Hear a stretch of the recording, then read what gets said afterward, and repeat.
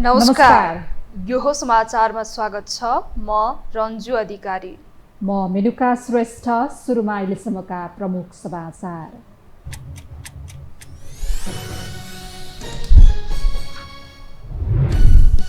राष्ट्रपतिद्वारा metre ब्याज सम्बन्धी विधेयक प्रमाणीकरण। राजपत्रमा प्रकाशित भएपछि कानुनको रूप लिने। ऋणीलाई हैरानी तुल्याउनेले 7 वर्षसम्म जेल सजाय भोग्नु पर्ने। कोशीमा प्रदेश प्रमुखद्वारा सरकार गठनको आह्वान। साउन 16 गते भित्र दाबी पेश गर्नुपर्ने। बहुमत पुर्याउन सभामुखलाई राजीनामा गराउनेदेखि जसपा फकाउनेसम्मको रणनीतिमा गठबन्धन। पूर्वी जिल्लाहरूमा डेङ्गु संक्रमण भयावह बन्दै। धरानमा मात्रै 5 जनाले ज्यान गुमाए। 70 जिल्लामा 4000 बढी सक्रिय संक्रमित। नियन्त्रणका लागि सरकारी संयन्त्र कमजोर। ब्याङ्कहरूले आधार दरभन्दा कम ब्याजमा कर्जा प्रवाह गर्न पाउने। 25 लाखभन्दा बढी ऋण लिने ऋणीले अनिवार्य प्यान कार्ड लिनुपर्ने। सेयर धितो कर्जाको जोखिम भार पनि परिमार्जन। र मणिपुरमा हिंसा नियन्त्रणको प्रयास नगरेको भन्दै भारतमा विपक्षी दलका सांसदद्वारा दुवै सदनमा अवरोध। प्रधानमन्त्री मोदीसँग मागे निरन्तर जवाब।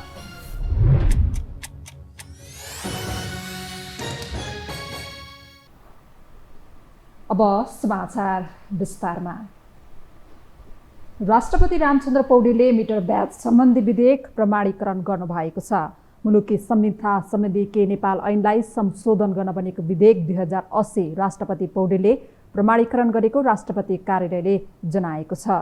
संघीय संसदको दुवै सदनबाट पारित भई प्रमाणीकरणका लागि पुगेको विधेयक संविधानको धारा 113 को उपधारा 920 बमोजिम राष्ट्रपतिबाट प्रमाणीकरण भएको हो।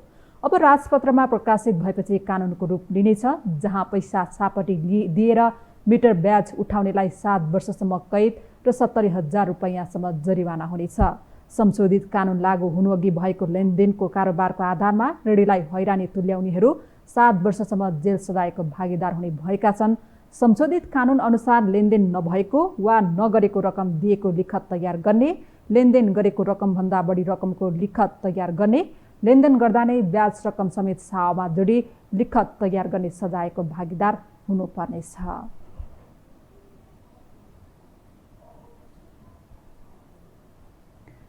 कोशी प्रदेश प्रमुख परशुराम खापुङले नयाँ सरकार गठनका लागि आह्वान गर्नुभएको छ।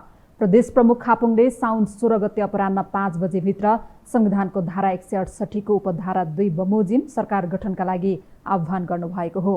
गत असार 21 भएको मुख्यमन्त्री नियुक्ति तथा सरकार गठन सन्दर्भमा सर्वोच्च अदालतको आदेश बमोजिम नयाँ सरकार गठनका लागि प्रदेश प्रमुखले आह्वान गरेको प्रदेश प्रमुखको कार्यालयका प्रवक्ता नरेन्द्र कुमार श्रेष्ठले जारी गरेको विज्ञप्तिमा भनिएको छ।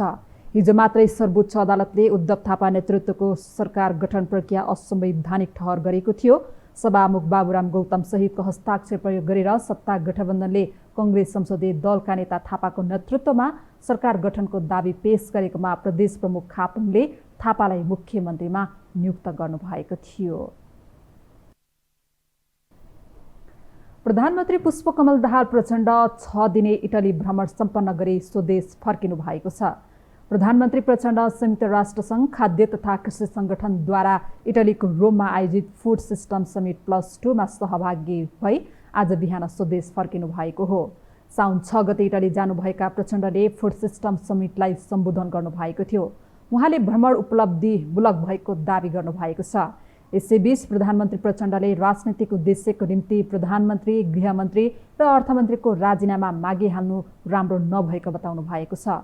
स्वदेश फर्केपछि त्रिभुवन अन्तर्राष्ट्रिय विमानस्थलमा प्रधानमन्त्री प्रचण्डले स्पष्टीकरण समेत नमागी राजीनामा माग्नु राम्रो संस्कार नभएको बताउनु भएको हो।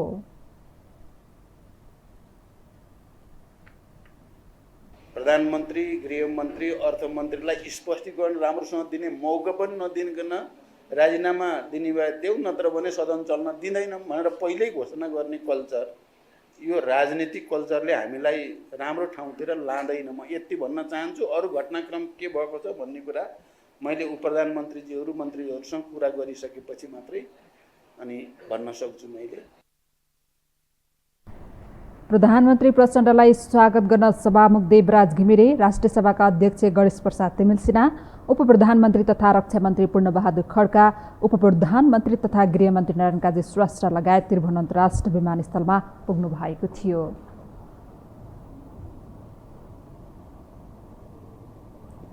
सर्वोच्च अदालतले कोशी प्रदेशमा कांग्रेस संसदीय दलका नेता उद्धव थापा नेतृत्वको सरकार गठन प्रक्रिया असंवैधानिक ठहर गरेपछि नयाँ सरकार गठनको रस्साकसी सुरु भएको छ। संविधानको धारा 168 को उपधारा 2 अनुसार साउन 17 भित्र नयाँ सरकार गठन गर्न भनिएको छ। एक मतको गोलचक्करमा फसिरहेको कोशीमा गठबन्धन वा प्रतिपक्ष दुविधामा रहेको नेपाली कांग्रेस के गर्छ चासोपूर्ण बनेको छ। एक रिपोर्ट। सर्वोच्च अदालतको आदेशले कोशी प्रदेश सरकार विहीन बनेको छ। कांग्रेस संसदीय दलका नेता उद्धव थापा नेतृत्वको सरकार असंवैधानिक ठहर भएसँगै कोशीमा काम चलाउ सरकार कसको नेतृत्वमा हुने भन्ने बारे समेत बहस भइरहेको छ। राजनीतिक किचलोका कारण संकटग्रस्त कोशी प्रदेश पुनः नयाँ प्रदेश सरकार गठनको प्रक्रियामा छ। संविधानको धारा 168 को उपधारा 2 अनुसार 2 वा 2 भन्दा बढी दलको समर्थनमा साउन 17 भित्र नयाँ सरकार गठन गर्न आदेश दिएको छ। सभामुखको समेत सहारा लिएर बनेको कांग्रेस नेतृत्वको गठबन्धन सरकारलाई सर्वोच्च अदालतले असंवैधानिक ठहर गरेपछि नयाँ सरकार गठन विकल्प बनेको छ। कोशी प्रदेश सरकार गठनमा गठबन्धनले गरेको बलमिचाइलाई सर्वोच्चले असंवैधानिक ठहर गरेपछि हुँदा खाँदाको सरकारबाट हात धोएको एमाले प्रदेशमै भए पनि सत्तामा फर्किने जोडबलमा छ। प्रमुख प्रतिपक्ष नेकपा एमाले साना दलहरू फकाउनु भन्दा ठूलो दल कांग्रेस फकाउने रणनीतिमा देखिन्छ। सरकार गठनमा दौडधुप गरे पनि मध्यावधि चुनावको धम्की दिएरै भए पनि गठबन्धन दलको समेत विश्वास लिएर प्रदेशमा सत्तामा फर्किने एमालेको नीति छ। हामी अहिले 40 सीटको दल हौं। अरू दलहरुसित हाम्रो कुराकानी भइरहेको छ र कुनै पनि दलको समर्थन प्राप्त हुने बित्तिकै हामी बहुमतको दाबी। अहिले देशका दुईटा ठूला दलहरू नेपाली कांग्रेस नेकपा एमालेका बीचमा यदि हैन मुलुकको डेमोक्रेसीलाई संस्थागत गर्ने कुरा, संविधानलाई संस्थागत गर्ने कुरा, कानुनी राज्यलाई स्थापित गर्ने कुरा लगायतका तमाम उठिरहेका राजनीतिक मुद्दाहरूमा हाम्रा कुराहरू मिल्छन् भने अगाडि बढ्छ। 93 सदस्यीय प्रदेशसभा सदस्य रहेको कोशी प्रदेशमा सरकार गठनका लागि 47 सांसदको हस्ताक्षर आवश्यक पर्नेमा कांग्रेस सहित गठबन्धन दलसँग 46 सांसद छन्। यसअघि सभामुखको हस्ताक्षर प्रयोग गरेर गठन भएको सरकार अदालतले ढालेपछि सभामुखको राजीनामा गराएरै भए पनि गठबन्धनकै सरकार बनाउनेमा गठबन्धनका दलहरू देखिन्छ।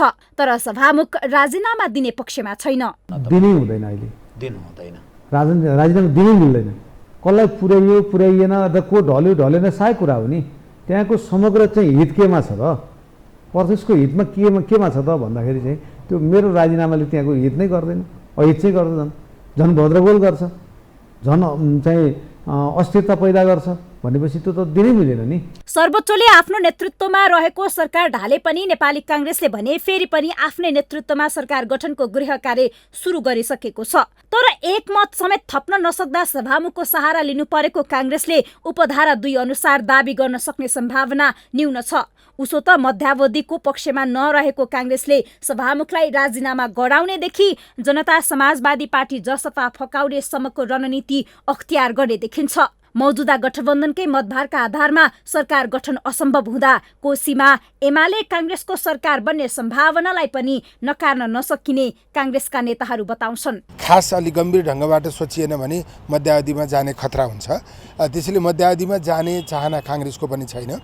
अब अरू एमालेकै पनि नभएको जस्तो आशय हामीले बुझेका छौँ। त्यस हुनाले त्यो अवस्थामा त्यहीका लागि मात्रै कांग्रेस एमालेको एलायन्स पनि हुन सक्छ, त्यसलाई पनि नकार्न सकिने स्थिति छैन। मध्यावधिमा जान रोक्नका निम्ति सबै खाले उपाय अपनाउने परिस्थिति अब त्यहाँ बन्छ। त्यस हुनाले चाहिँ अब अहिले चाहिँ के भइहाल्छ, कसरी अगाडि जान्छ भनेर त म यसै भन्न सक्दिनँ, किनकि अब त्यो छलफल अहिले चलिरहेको छ। राजनीतिक दल र नेतृत्व कानुन निर्माण र जनजीविका भन्दा आफ्नो स्वार्थ केन्द्रित सत्ता हेरफेरको चक्करमा केन्द्रित हुँदा कोशी प्रदेश सरकारको पहिलो कार्यकाल त्यति सुखद हुन सकेन। अहिले फेरि नेताहरू सत्ता केन्द्रित राजनीतिमै केन्द्रित हुँदा अर्को कार्यकाल पनि त्यत्तिकै गिजोलिने हो कि भन्ने भय पैदा भएको छ। यस्तोमा कोशी प्रदेशमा अबको राजनीतिक समीकरण के होला र कसरी अघि बढ्ला भन्ने आम चासो देशभर नै छ। यो हो टेलिभिजनका लागि क्यामेरामा सुजीव बज्रचार्यका साथमा निम्लेकी शेर्पा, काठमाडौँ। अब बाँकी समाचार। प्रतिनिधि सभा अन्तर्गतको सार्वजनिक लेखा समितिको बैठक गढपूरक संख्या नपुगेपछि स्थगित भएको छ। शुक्रबारका लागि बोलाइएको सार्वजनिक लेखा समितिको बैठक कोरम पुग्न नसक्दा बस्न सकेन। 26 सदस्यीय समितिमा कोरमका लागि 14 सांसद आवश्यक पर्नेमा 13 जना मात्रै उपस्थित हुँदा समिति बैठक स्थगित भएको हो। बैठक आज बिहान 11:30 बजे सिंहदरबार स्थित समितिको बैठक कक्षमा बोलाइएको थियो, तर सांसदहरू उपस्थित हुन नसक्दा बैठक बस्दै नबसी स्थगित भएको हो।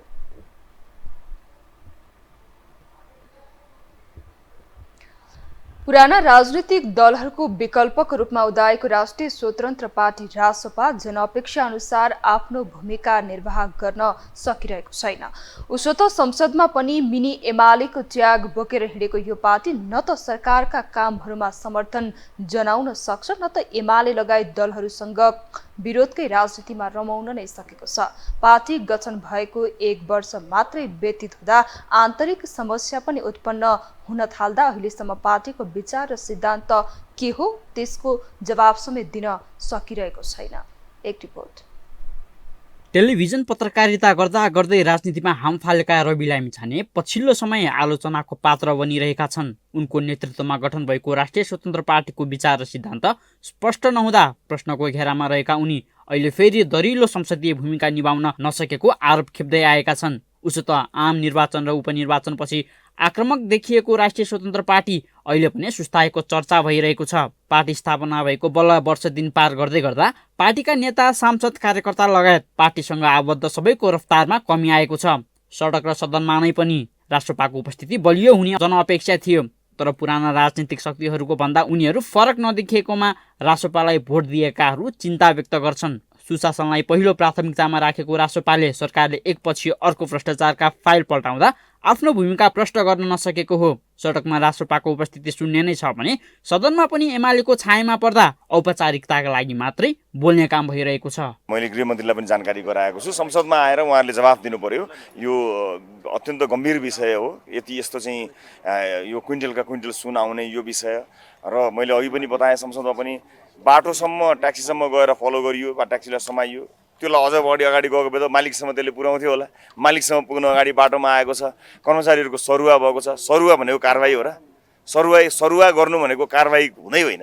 पार्टी सभापति आफै नागरिकता र राहदानी दुरुपयोग जस्तो गम्भीर मुद्दामा पर्दा अर्का पार्टी सांसद ढाका कुमार श्रेष्ठ अडियो टेप प्रकरणमा निलम्बनमा परे। त्यस्तै विधान अनुरूप पार्टी सञ्चालन गर्नुपर्ने र पार्टीभित्र देखिएका विसङ्गतिहरू हटाउनुपर्ने आवाज उठाउँदा आवाज दबाउन पार्टीकै एक समूहद्वारा अर्को समूहमाथि हातपात हुने र सुदूरपश्चिमको बझाङ जिल्ला संयोजकद्वारा पत्रकार कुटिँदा राष्ट्रपाको छविमा नकारात्मक सन्देश गयो।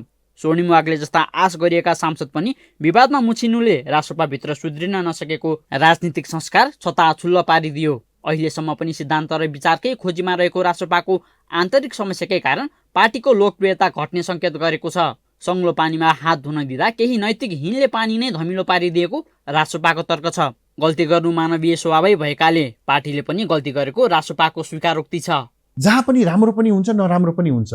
डोकोमा एउटा कुइया सुन्तला छ भनेर त्यो कुइया सुन्तलाले प्रोटेक्ट गर्यो भने डोको नै हुन्छ, प्रोटेक्ट नगर्ने हामीले क्लियर देखाएको छौँ। तीहरू हुन्छ, हामीबाट यता अगाडि बढ्छौँ, कुनै डिसिजन राम्रो हुन्छ, कुनै डिसिजन नराम्रो हुन्छ। त्यो बेलामा सङ्कल्प नै त्यस्तो थियो। त्यही भएर आउने दिनहरूमा पनि यो भ्रम नपर्नु होला कि राष्ट्रिय स्वतन्त्र पार्टीले चाहिँ अब कुनै गल्ती नै गर्दैन है। यिनीहरू त एकदम दिव्य दृष्टि भएको। हामी काम गर्छौँ, 10वटा काम गऱ्यो भने एउटा दुईटा काममा गल्ती गर्छौँ, तर गल्ती गर्ने बित्तिकै चाहिँ हामी चाहिँ खत्तमै भयौँ, गल्ती गऱ्यौँ भनेर भन्दैनौँ। त्यो 7वटा 8वटा काम जुन राम्रो गरेको छ त्यसमै समातेर झन् अगाडि बढ्छ। नेपाली राजनीतिमा वैकल्पिक शक्ति भनेर उदाएको राष्ट्रिय स्वतन्त्र पार्टी आम निर्वाचनपछि आक्रामक रूपमा देखिँदा जनतामा उत्साह छाएको थियो।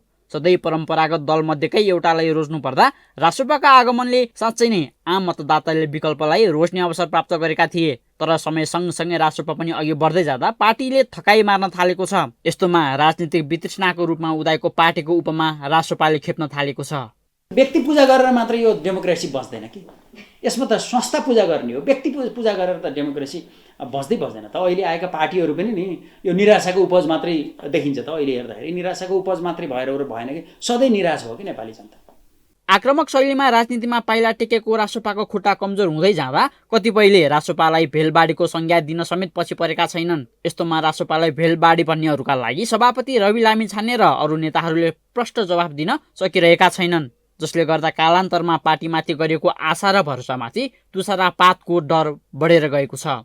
यो हो टेलिभिजनका लागि निरज कोइराला, काठमाडौँ। सकिने कि सचिने भन्ने बहसका बीच प्रत्यक्ष प्रसारणको नौलो सुरुवात सहित कांग्रेसको केन्द्रीय समिति बैठकका दृश्यहरू अझै चर्चामा छन्। रूपान्तरणको पक्ष र विपक्षी बीचको भिडन्त र बहसको थलो हुने आशा गरिएको बैठकमा बाहिर चर्को बोल्नेहरूले दरो आवाज उठाउने अपेक्षा समेत गरिएको थियो। तर सभापति फकाउने र दुनो सुझाउने भन्दा माथि नउठेको बैठकले दोस्रो तहको नेताको हालत प्रष्ट पारिदिएको छ भने परिवर्तनको मुद्दा बोक्नेहरूकै राजनीति सकिने त होइन भन्ने प्रश्न समेत उब्जाएको छ।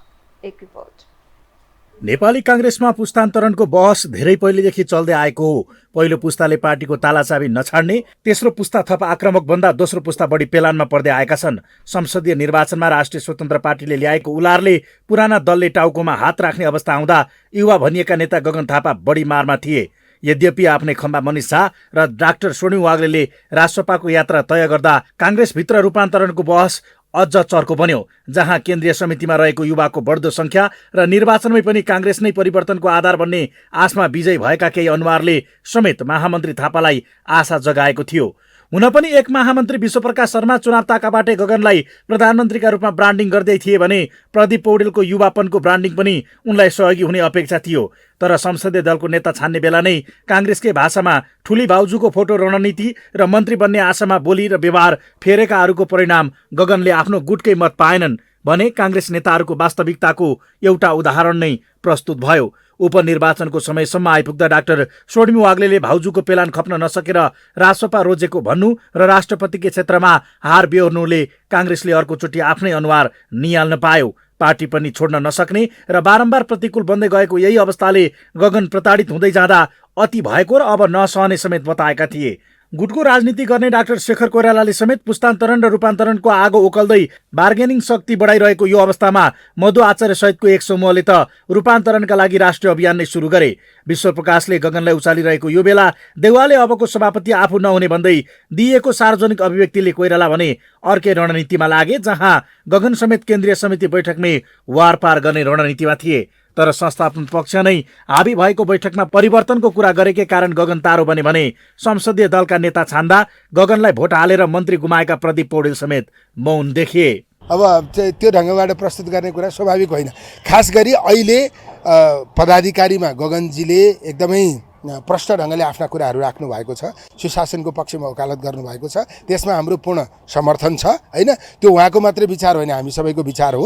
त्यसैले नेपाली कांग्रेसको केन्द्रीय समितिबाट चाहिँ के बुझिनु जरुरी छ भने कांग्रेस पार्टीभित्र चाहिँ एकदम नेतृत्वले लादेर सबै कुरा लादिँदैन। हुन त इतर गुटलाई शेखर गगन गुट भनेकोमै अस्तित्वको सङ्कट देख्न थालेकाहरूले महामन्त्रीहरू बाहिर धेरै बोल्न थालेको आरोप लगाउन थालेका थिए। फलत परिवर्तनको मुद्दामा समेत पदाधिकारीहरू पनि पार्टी बिग्रिनुमा उत्तिकै हाबी भएको जसरी यही समूह लाग्दा दुई महामन्त्री नयाँ गुट निर्माण लागेको हल्ला समेत चल्यो, जसले पदाधिकारी भर्सेस केन्द्रीय सदस्यको अवस्था निर्माण हुँदा केन्द्रीय समिति बैठकमा बालकृष्ण खाँडलाई निलम्बन गर्ने विषयमा भएको बहसले कांग्रेसको हालतको अर्को दृश्य देखियो। गगनलाई गाली गर्दा देउवा नजिक हुने र बक्सिस पाइने जसरी प्रस्तुत भएका नेताहरूले पार्टीको चिन्ता गर्ने गगन नै गलत भएको ठहर्नै गरे, जहाँ उनलाई उकास्दै आएका विश्वप्रकाश शर्माले नै गगनको पक्षमा खर्चन नसकेको शब्दले समेत उनको उद्देश्य र गगन नै परिवर्तनको आधार भएको उनको भाष्यको औचित्यमाथि समेत प्रश्न उठाएको छ। आफ्नो पनि त रणनीति होला। अहिले संसदीय दलमा उनले गगन भने नि त, सभापतिमा गगन भनेको छैन नि, संसदीय दलमा भनेको छ। ऊ अलि म्याच्युर छ र जथाभावी बोल्दैन। उसले बुझ्छ गगनको 25 मत आयो, त्यसकारण अनावश्यक गगन जस्तै म पनि संसदीय दलको नेता हुनुपर्छ जरुरी छैन नि। यता बहुमतमा रहेका देउवा गलाएर नेतृत्वमै पुस्तान्तरण हुने तथा इतर पक्षले मागे जस्तै विशेष महाधिवेशनकै अवस्थामा आउनेमा कोही पनि विश्वस्त भने थिएनन्। तर कम्तीमा देवामाथि उठ्ने प्रश्नले परिवर्तनको पक्षधर काङ्ग्रेसको अवस्था प्रष्ट हुने र यसैले भविष्यको बाटो तय हुनेमा धेरैको विश्वास भने थियो, जसका लागि महामन्त्रीसहित अन्य युवा अनुहार दरो आवाज बन्ने विश्लेषणका बीच रूपान्तरणको आवाज एक ढिका हुने अपेक्षा समेत गरिएको थियो। तर रूपान्तरण अभियानको कुरै नसुन्नेमा देउवा अडिक रहँदा फरक आवाज समेत गगन मात्र बन्न पुगेका छन्, जसले परिवर्तनको आवाज कमजोर मात्र नभई विभाजित समेत भएको राजनीतिक विश्लेषकहरूको भनाइ छ। यसको अर्थ काङ्ग्रेस सकिने तर नसचिने बाटोमा हुँदा गगनलाई आफै बाटो लागे हुने भाष्य निर्माण भएको प्राध्यापक डाक्टर राजकुमार पोखरेलको तर्क छ। प्रदीपले पनि साथ दिएन, धनराज गुरुङ मन्त्री भएपछि अर्कोतिर गयो, शेखर कोइरालाले हिजो साथ दिए, अब शेखर कोइरालाको पनि साथ आएन, बचेर बसिया छ। होइन, भ्रष्टाचारीको मुद्दामा त यो उसमा त उठाउनै पर्छ भनेर बोल्ने शेखर कोइराला त्यो बैठक हुँदाखेरि रूपान्तर गर्ने कुरा त्यो ठाउँमा पुगेपछि कहाँ पुग्यो शेखर कोइरालाको बोली पनि देख्यौँ त हामीले त, होइन त भनेपछि यो सबै कुराको चाहिँ माहौल एउटा उसमा मात्रै को पस्यो भन्दाखेरि गगन थापा पस्यो। गगन थापाले पनि आफू कति सही छु गलत छु भन्ने कुरो त त्यो पब्लिकले हेर्ने कुरो भोलि होला। तर पार्टीभित्रको यो माहौल जुन देखियो, यो माहौलले चाहिँ के देखिन्छ भनेर भन्दाखेरि उनलाई त काङ्ग्रेसमा बसेबस् नबस।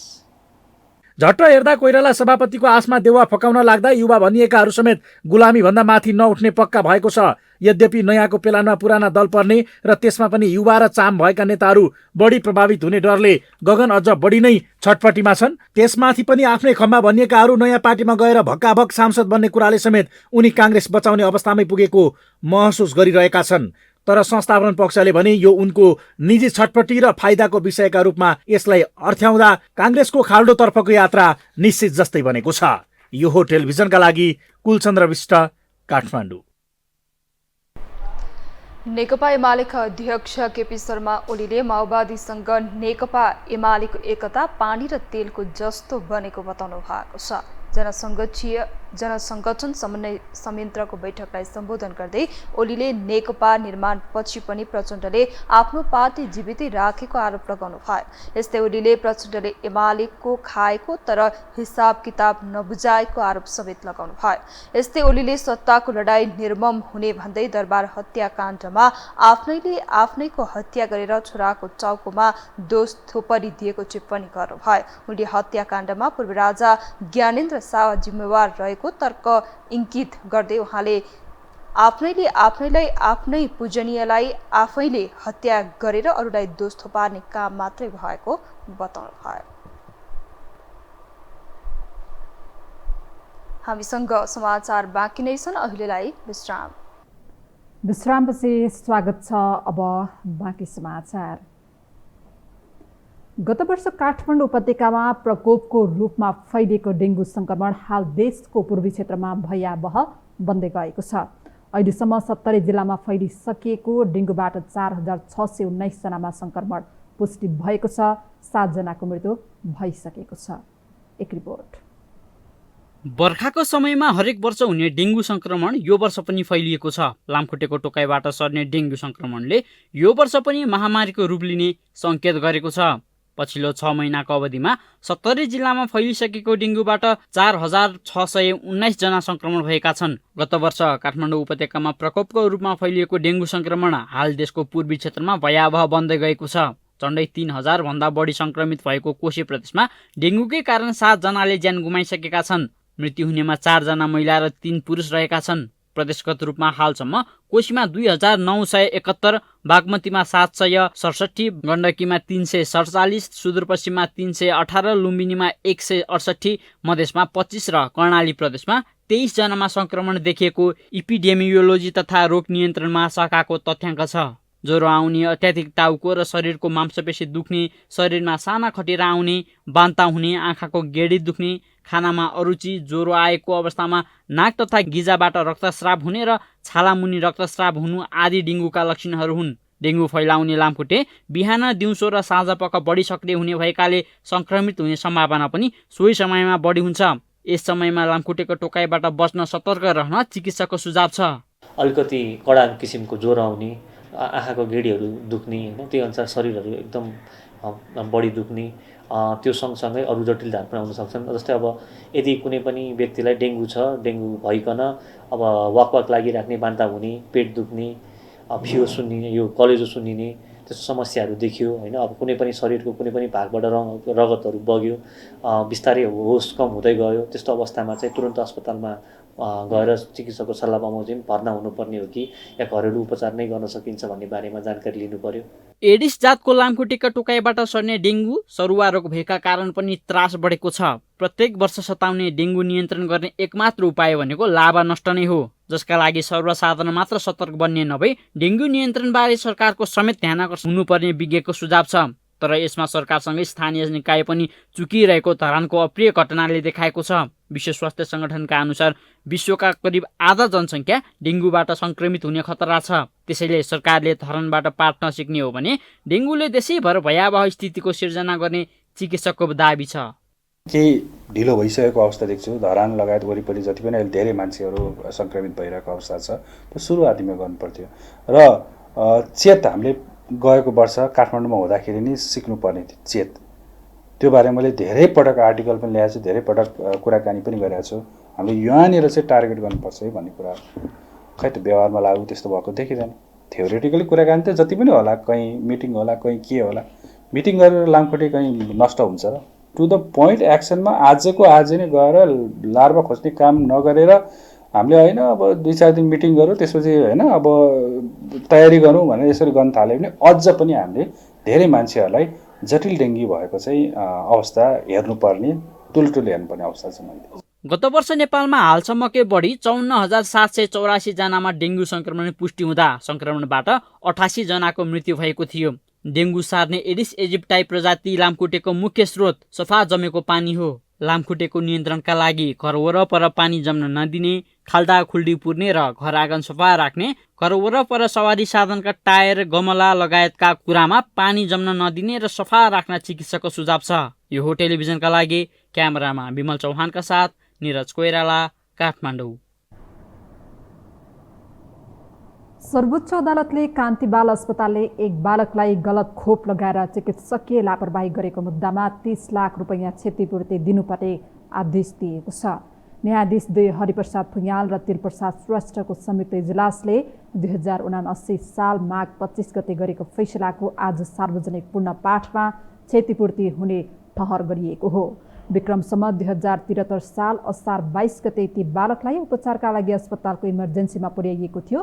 पीडित बालकका बुवा धोरुस कुमारले अझै बालकका लागि तयार पारिएको मेनिन्जाइटिस मलेरियाको खोप आफ्नो बच्चामा लगाउँदा बच्चाको स्वास्थ्यमा गम्भीर क्षति पुगेको उल्लेख गर्दै काठमाडौँ जिल्ला अदालत कार्यालयमा उजुरी दिनुभएको थियो। त्यही राति सम्भोविका नामका अर्कै बालकका लागि ल्याइएको खोप आलोकलाई लगाइएको थियो। त्यसपछि बच्चामा सास फेर्न गाह्रो हुनका साथै दिशा पिसाब चोहिने जस्ता लक्षण देखिएको थियो। काठमाडौँ जिल्ला जनस्वास्थ्य कार्यालयको तर्फबाट डाक्टर आयुष्मा रेग्मीले तयार पार्नुभएको प्रतिवेदन बमोजिम ती लक्षण मेनिन्जाइटिस मलेरियाको खोपबाट साइड इफेक्ट भएको प्रमाणित भएको अदालतको ठहर छ।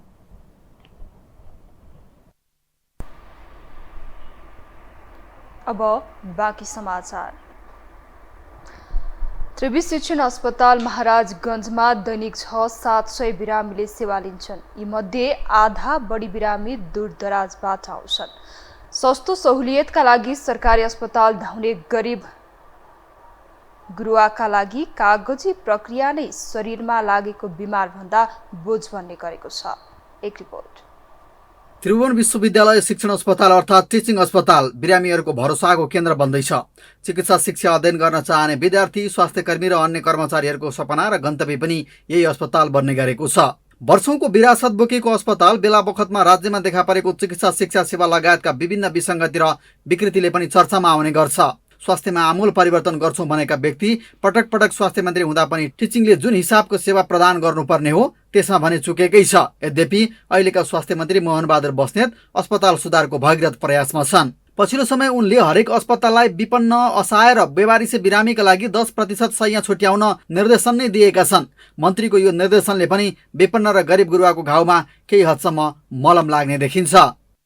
उहाँहरूले केही बेहोर्ने, हामीले केही बेहोर्ने गरी यो अहिले जति मैले नाउँ लिएँ 2028वटा बेड आजसम्म चाहिँ अब यो निःशुल्क भएको घोषणा सम्बन्धित अस्पताल र मन्त्रालय बसेर हामीले चाहिँ गरिसकेका छौँ। अब भोलिबाट 228वटा बेड 2028वटा बेड चाहिँ निःशुल्क चल्छ। वीर अस्पतालमा बिहान 8 बजेदेखि ओपीडी सेवा सुचारू गर्न लाएर स्याबासी पाएका बस्नेतको नजर अब टिचिङ अस्पतालतिर मोडिनुपर्ने देखिन्छ। अहिले पनि टाढा टाढाबाट आएका बिरामी अस्पतालको ढोकामा 10 बजे ओपीडी खोल्ने समय कुरेर बसेका हुन्छन्। अस्पतालमा उपचारका निम्ति आएका बिरामीहरूले पालरकै लागि लामो समय खर्चिनुपर्ने बाध्यता अझै टरेको छैन। सामान्य टिकट, चेक जाँच र उपचारका लागि तुलनात्मक रूपमा निजीमा भन्दा सहुलियत भए पनि उपचारका निम्ति धेरै समय खर्च गर्नुपर्ने बाध्यता अहिले पनि जिउका तिउ छ। म 3 वर्षदेखिको टिचिङ हस्पिटलमै धाइरहेको छु। अब कहिले भएन, अहिले 3 वर्षको बिचमा अहिले आएर आइसीमा राखेँ। अब किडनी ट्रान्सप्लान्ट गर्ने भनेको अब पैसाको अभावले आफूसँग नभएर मैले दिन्छु भन्दा पनि छोरालाई किडनी दिन सकेको छैन, बचाउन सकेको छैन। अब यहीँ अहिले भर्ना छ आइसीमा। दूरदराजबाट आएका बिरामीहरूको पहिलो रोजाइ टिचिङ बन्ने गरेको छ। अस्पतालले दिने सेवा सुविधाबाट धेरै बिरामी र बिरामीको आफन्त सन्तुष्ट हुने गरे पनि टिकटमा सस्तो देखिए पनि अन्य उपचार खर्च महँगो भएको उनीहरूको गुनासो छ। भिडियो एक्सराको आज फर्म भरेर 2-4 दिनपछि आउनु थियो के, अलिकति भित्र पैसा पनि अलिक धेरै लाग्ने रहेछ। सस्तो भन्छ ऊ मात्रै हो के, त्यो पहिलाको यो उलिँदाखेरि मात्रै 100 रुपियाँ लाग्छ, अनि पछि चाहिँ लगभग महँगै जस्तो लाग्छ मलाई। रुकुमका मकर बहादुर ओली पनि पहिलो पटक टिचिङ अस्पताल आइपुगेका छन्। उनी आफन्त बिरामी लिएर टिचिङ अस्पताल आइपुगेका छन्। त्यति बेला राम्रो हुन्छ भनेर सुनेकै भरमा उनी पनि टिचिङ अस्पताल आइपुगेको हामीलाई सुनाउँदै थिए। अस्पतालप्रति उनको सकारात्मक धारणा छ। मलाई ठिकै छ, राम्रो छ भनेर, राम्रो छ, त्यहाँ अन्तको भन्दा त्यहाँ राम्रो छ भनेर त्यही सुनेर अब भर्खर हेरिया छ। हेर्दा त अब सबै बात पनि ठिकै देखिन्छ। अब भित्रको के छ, आन्तरिक के छ, अब त्यो उपचार गरेर चाहिँ अब बल्ल थाहा होला। प्रविधिमा बामी सर्दै गरेका सरकारी अस्पतालहरूले सुधार्नु र गर्नुपर्ने धेरै कामहरू छन्। सामान्यतया शौचालयदेखि सरसफाइ नै अस्पतालको लागि ठूलो भारी परेको देखिन्छ। त्यसको अलावा इमर्जेन्सीमा एउटै बेडमा कोचाकोच बिरामी राखेर गरिने उपचारले पनि बिरामीलाई थप आदित बनाइरहेको छ। सरकारले शिक्षण अस्पताललाई सौतिने व्यवहार देखाउँदा सोचे जस्तो राम्रो नभएको अस्पतालको भनाइ छ। अस्पताललाई आवश्यक पर्ने जनशक्तिको अभाव छ। 2041 सालमा जति दरबन्दी थियो अहिले पनि त्यही सीमित जनशक्तिकै भरमा त्रिवी शिक्षण अस्पताल चलिरहेको छ। अहिले हामीले यो हिसाबले हेर्ने हो भने फेरि अर्को के भन्छ, नेपाल सरकारले यो हामीलाई चाहिँ जति सुविधा दिनुपर्ने हो त्यो हिसाबको भन्दा नि छैन। आफैले कमाएर आफैले गर्नुपर्छ। दरबन्दी छैन, दरबन्दी त दिएको छैन हामीलाई चाहिने हो। जति दरबन्दी हो त्यसको 1/4 पनि दिएको छैन। हामीलाई 2041 सालमा ज्यादा दरबन्दी हो, अहिले चाहिँ त्यही दिइरहेछ। सरकारी नीति, प्रक्रियागत ढिलाइ, राजनीतिक हस्तक्षेप, आफ्नो स्वार्थ केन्द्रित आन्दोलन र मनोवृत्ति, कमजोर नेतृत्व र सरकारको उपेक्षाका कारण शिक्षण अस्पतालले गुणात्मक विकास गर्न नसकेको धेरैको बुझाइ छ। अहिले केही गर्ने हुटुटी बोकेका मन्त्रीले यसतर्फ पनि ध्यान दिउन्। थानकोटबाट चितलाङ जाँदै गरेको गाडी दुर्घटना हुँदा 2 जनाको ज्यान गएको छ। मृत्यु हुनेमा सिन्धुली घर भएका 20 वर्षीय नवराज ठोकर तामाङ र काभ्रे घर भएका 45 वर्षका अनिल तामाङ रहेका छन्। प्रहरी वृत्त थानकोटका प्रहरी नायब उपरीक्षक डीएसपी नारायण प्रसाद अधिकारीका अनुसार थानकोटबाट चितलाङ जाँदै गरेको 10-3546 नम्बरको मारुति भ्यान पानी घाट नजिक भिरबाट खसेको थियो। गाडीमा 5 जना सवार रहेकोमा 3 जनालाई सकुशल उद्धार गरिएको डीएसपी अधिकारीको भनाइ छ। गाडी के कारणले दुर्घटना भएको हो भन्ने विषय खुलेको छैन। गाडी सडकबाट 500 मिटर तल सडकमा खसेर छेद विच्छेद भएको छ। घटनास्थलमा पानी घाटमा रहेको सेनाको टोली समेत पुगेको छ।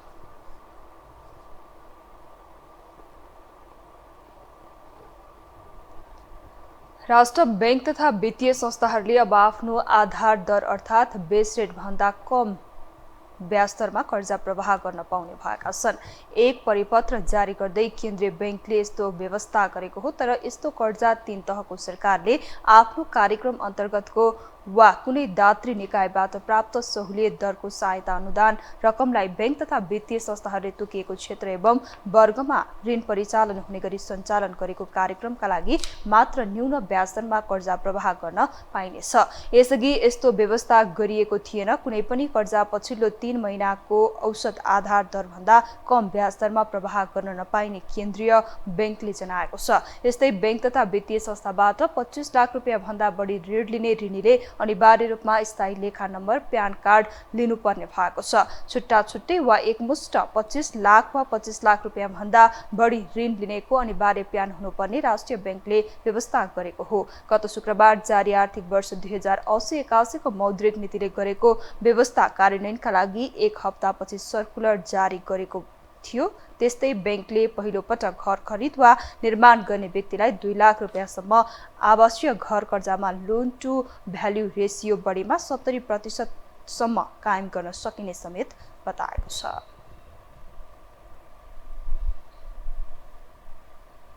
हामीसँग अन्तर्राष्ट्रिय र खेल समाचार बाँकी नै छन्। अहिलेलाई पुनः विश्राम।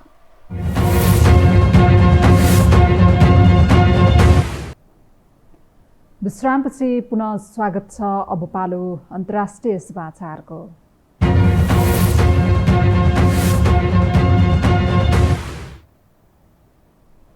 भारतको मणिपुरमा भइरहेको जातीय हिंसा नियन्त्रणको प्रयास नगरेको भन्दै विपक्षी दलका सांसदहरूले दुवै सदनका बैठक अवरुद्ध गरेका छन्। विपक्षी सांसदहरूको अवरोधका कारण लोकसभा र राज्यसभा दुवै सदनका बैठक आउँदो सोमबारसम्मका लागि स्थगित भएको बीबीसी हिन्दीले जनाएको छ। बैठकमै विपक्षी सांसदहरू इन्डिया फर मणिपुर लेखेका पर्चा हातमा बोकेर प्रवेश गरेका थिए। उनीहरूले मणिपुरको अवस्था र त्यहाँको स्थिति नियन्त्रणका लागि भइरहेका प्रयास बारेमा प्रधानमन्त्री नरेन्द्र मोदी संसद बैठकमा आएर जवाब दिनुपर्ने माग गरिरहेका छन्। मणिपुरमा चलिरहेको जातीय हिंसामा 160 जनाभन्दा धेरैले ज्यान गुमाइसकेका छन्। पछिल्लो समय महिलामाथि दुर्व्यवहारको घटना बढेपछि विपक्षी दलसहितले सरकारको चर्को आलोचना गर्दै आएका छन्। अब पालो खेल समाचारको।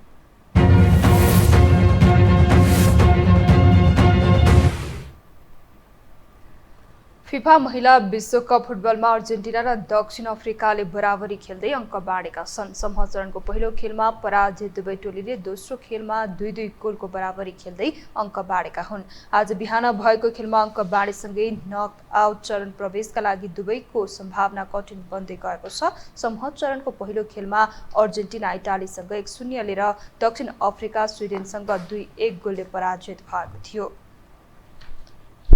त्यस्तै आज भएको अर्को खेलमा चीनले हाइटीलाई 1-0 गोल अन्तरले पराजित गरेको छ।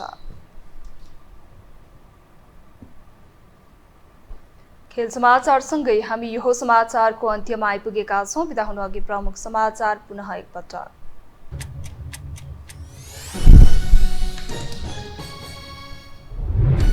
राष्ट्रपतिद्वारा मिटर ब्याज सम्बन्धी विधेयक प्रमाणीकरण राजपत्रमा प्रकाशित भएपछि कानुनको रूप लिने ऋणीलाई हैरानी तुल्याउनेले 7 वर्षसम्म जेल सजाय भोग्नुपर्ने। कोशीमा प्रदेश प्रमुखद्वारा सरकार गठनको आह्वान साउन 16 गते भित्र दाबी पेश गर्नुपर्ने। बहुमत पुर्याउन सभामुखलाई राजीनामा गराउनेदेखि जसपा फकाउने सम्मको रणनीतिमा गठबन्धन। पूर्वी जिल्लाहरूमा डेङ्गी संक्रमण भयावह बन्दै धरानमा मात्रै 5 जनाले ज्यान गुमाए। 70 जिल्लामा 4000 बढी सक्रिय संक्रमित। नियन्त्रणका लागि सरकारी संयन्त्र कमजोर। बैंकहरूले आधार दरभन्दा कम ब्याजमा कर्जा प्रवाह गर्न पाउने। 25 लाख भन्दा बढी ऋण लिने ऋणीले अनिवार्य प्यान कार्ड लिनुपर्ने। शेयरभित्र कर्जाको जोखिम भार परिमार्जन। र मणिपुरमा हिंसा नियन्त्रणको प्रयास नगरेको भन्दै भारतमा विपक्षी दलका सांसदहरूद्वारा दुवै सदनमा अवरोध। प्रधानमन्त्री मोदीसँग मागे जवाब।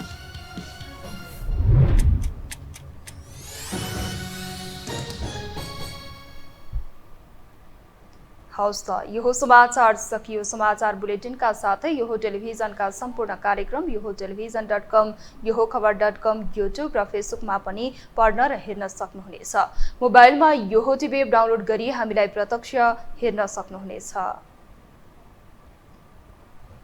तथ्यसहितको निष्पक्ष समाचार तथा मनोरञ्जनका लागि हेर्दै रहनुहोला यो टेलिभिजन। नमस्कार।